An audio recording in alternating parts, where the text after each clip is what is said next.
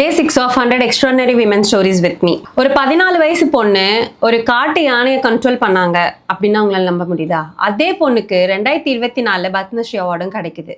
அவங்க தான் பர்பதி பரு. அசாம் ஸ்டேட்ல இருக்கிற கௌரிபூர் ராயல் ஃபேமிலியில 1953 பர்பதி பரு பிறக்கிறாங்க. ஆல்மோஸ்ட் அந்த டைம்ல பாத்தீங்கன்னா ஒரு யானையை கண்ட்ரோல் பண்றது பார்த்தோம்னா மென்ஸா மட்டும்தான் இருந்தாங்க. விமென்ஸ் அந்த ஃபீல்ட்ல இல்லவே இல்லை. என்னதான் ராயல் ஃபேமிலியில பிறந்திருந்தாலும் அவங்களுக்கு வைல்ட் லைஃப் மேல இருந்த ஆர்வத்தினால தன்னோட 14 வயசுலயே ஒரு காட்டு யானையை கண்ட்ரோல் பண்றாங்க.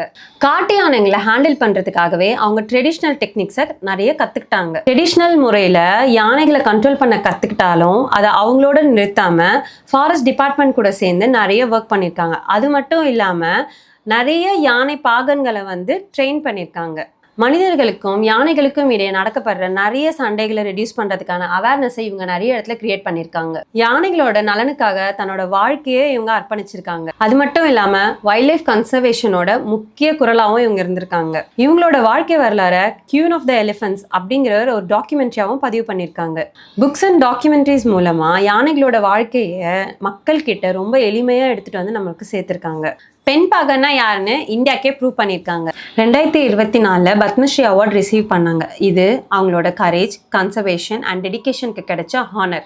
இன்னைக்கும் யானைகளோட அமைதியான வாழ்க்கை முறைக்கு நிறைய அவேர்னஸை ஸ்ப்ரெட் பண்ணிட்டு இருக்காங்க. சிலர் ஹிஸ்ட்ரியை படைப்பாங்க, ஆனால் பர்பதி பரு ஹிஸ்ட்ரியை கிரியேட் பண்ணாங்க.